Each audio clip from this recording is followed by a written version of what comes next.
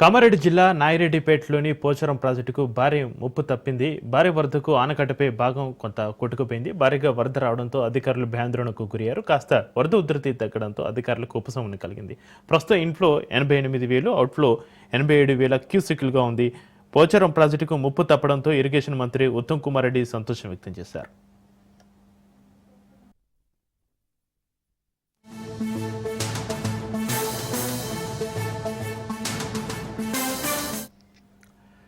ఇటుగా పోచారం ప్రాజెక్టుకు ముప్పు తప్పడంతో ఇరిగేషన్ మంత్రి ఉత్తమ్ కుమార్ రెడ్డి సంతోషం వ్యక్తం చేశారు. 100 క్రితం నిజాం సర్కార్ నిర్మించి తొలి ప్రాజెక్టు పోచారం అని ఉత్తమ్ గుర్తు చేశారు. భారీ వరదలకు 100 ప్రాజెక్టు నిలవడం ఆనందంగా ఉందన్నారు.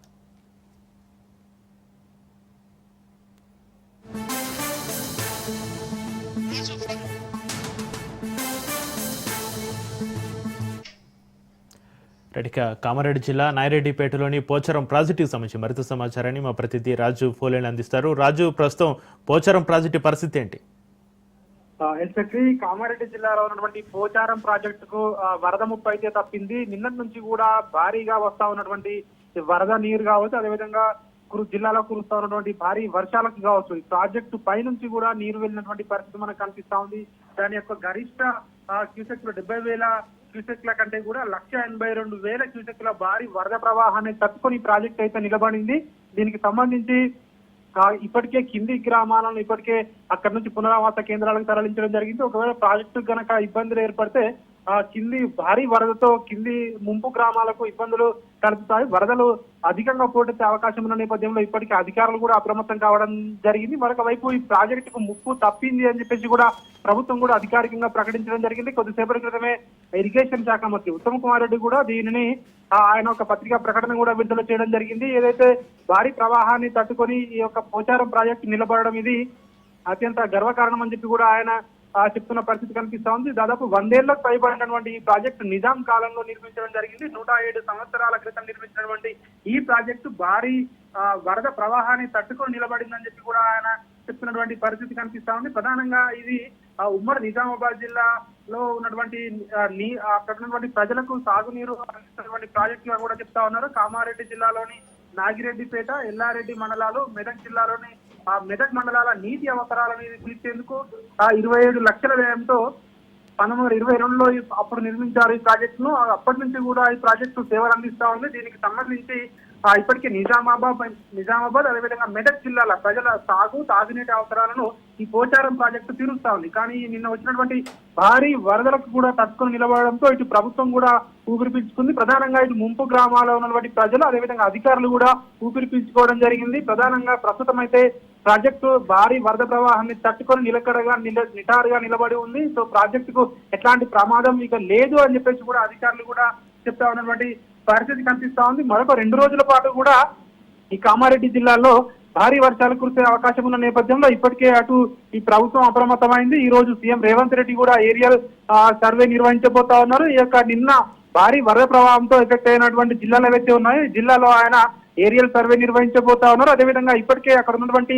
కలెక్టర్ను అదేవిధంగా ఎస్పీలను కూడా అలర్ట్ చేయడం జరిగింది. ఎక్కడ కూడా ప్రాణ ఆస్తి నష్టాలు జరగకుండా చూడాలని చెప్పి కూడా చెప్పడం జరిగింది. ప్రధానంగా పోచారం ప్రాజెక్ట్ అయితే భారీ వరద వచ్చినా కూడా ఎట్లాంటి నష్టం జరగలేదు. ప్రధానంగా కింది ఉన్న ప్రధానంగా ముంపు ప్రాంతాల్లో ఉన్నటువంటి ప్రజలకు కూడా ఎట్లాంటి భయాందోళన చెందొద్దని చెప్పేసి కూడా ఇప్పటికే అధికారులు అయితే ఆదేశాలు అయితే జారీ చేసినటువంటి పరిస్థితి కనిపిస్తా ఉంది. మరొక 2 రోజుల పాటు కూడా భారీ వర్షాలు ఉన్న నేపథ్యంలో ప్రజలందరూ కూడా అప్రమత్తంగా ఉండాలని కూడా చెప్తా ఉన్నారు.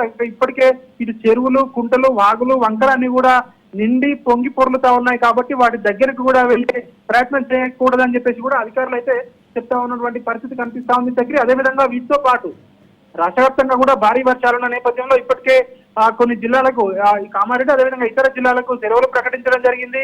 అదేవిధంగా ఎప్పటికప్పుడు కూడా ఇటు ప్రభుత్వం అయితే పరిస్థితిని పర్యవేక్షిస్తుంది. అయినప్పటికీ కూడా భారీగా కురుస్తా ఉన్నటువంటి వర్షాలకు ఇప్పటికే 4 జిల్లాలకు అయితే ఎల్లో అలర్ట్ జారీ చేయడం జరిగింది. మరొక 10 జిల్లాలకు కూడా ఫ్లాష్ అలర్ట్ ఇప్పటికే ఐఎండీ హెచ్చరికలు జారీ చేసిన నేపథ్యంలో అందరూ కూడా ప్రధానంగా ఈ యొక్క వర్షాలు భారీగా కురుస్తా ఉన్నటువంటి జిల్లాలో ప్రజలు అప్రమత్తంగా ఉండాలని ఇప్పటికే ఇటు ఐఎండీ కూడా సూచించినటువంటి పరిస్థితి కనిపిస్తా ఉంది. ఈ పోచారం ప్రాజెక్టు విషయంలో నిన్న నుంచి కూడా భారీగా వరద ప్రవాహాన్ని తట్టుకొని పోచారం ప్రాజెక్ట్ అయితే సో ప్రస్తుతం అయితే సేఫ్ గా ఉంది అని చెప్పేసి కూడా ఇటు అధికారులు అయితే చెప్తా ఉన్నటువంటి పరిస్థితి కనిపిస్తా ఉంది. అదేవిధంగా దీనికి సంబంధించి ఎప్పటికప్పుడు కూడా ఇరిగేషన్ అధికారులతో మంత్రి ఉత్తమ్ కుమార్ రెడ్డి ఇటు సమీక్ష నిర్వహిస్తున్నటువంటి పరిస్థితి కనిపిస్తోంది. మరొక వైపు చీఫ్ సెక్రటరీ కూడా నిన్న రాత్రి కూడా అర్ధరాత్రి వరకు కూడా ఆయన సమీక్ష సమావేశాలు నిర్వహించారు. ప్రభుత్వం కూడా చెప్తా ఉంది ఎక్కడ కూడా ఎట్లాంటి ఇబ్బందులు లేకుండా కంట్రోల్ రూమ్లు కూడా ఏర్పాటు చేస్తామని ప్రభుత్వం చెప్తా ఉంది. కానీ కురుస్తా ఉన్నటువంటి భారీ వర్షాలకైతే చాలా మంది ప్రజలు నిరాశ్రయులైనట్టుగా కూడా మనకు సమాచారం అందుతా ఉంది. చక్రి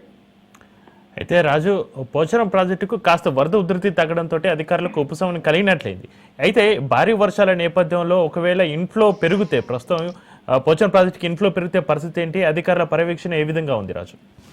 ప్రస్తుతం అయితే పోచారం ప్రాజెక్టుకు 87,000 క్యూసెక్ల ఇన్ఫ్లో అయితే ఉంది. అవుట్ఫ్లో కూడా అదే విధంగా ఉంది. వచ్చిన నీరు వరద నీటిని వచ్చినట్టుగానే అధికారులు కిందికి విడుదల చేస్తున్నటువంటి పరిస్థితి మనకు కనిపిస్తా ఉంది. ఒకవేళ పైనుంచి కనుక ఇంకా ఎక్కువ వరద వచ్చినట్టయితే దాన్ని సో అధికారులు దానికి సంబంధించి ఉన్నతాధికారులకు నివేదించే అవకాశం కనిపిస్తా ఉంది. అప్పటికప్పుడు ఎలాంటి నిర్ణయం తీసుకోవాలనే దానిపై కూడా ఇప్పటికే దానికి ప్లాన్ కూడా సిద్ధం చేసినట్టుగా కూడా తెలుస్తోంది. ఎందుకంటే ఇప్పటికే కింది గ్రామాలు ఏవైతే ఉన్నాయో ప్రాజెక్టు కింది ఏదైతే ముంపు గ్రామాలను ప్రజలకు ఇప్పటికే అలర్ట్ చేయడం జరిగింది.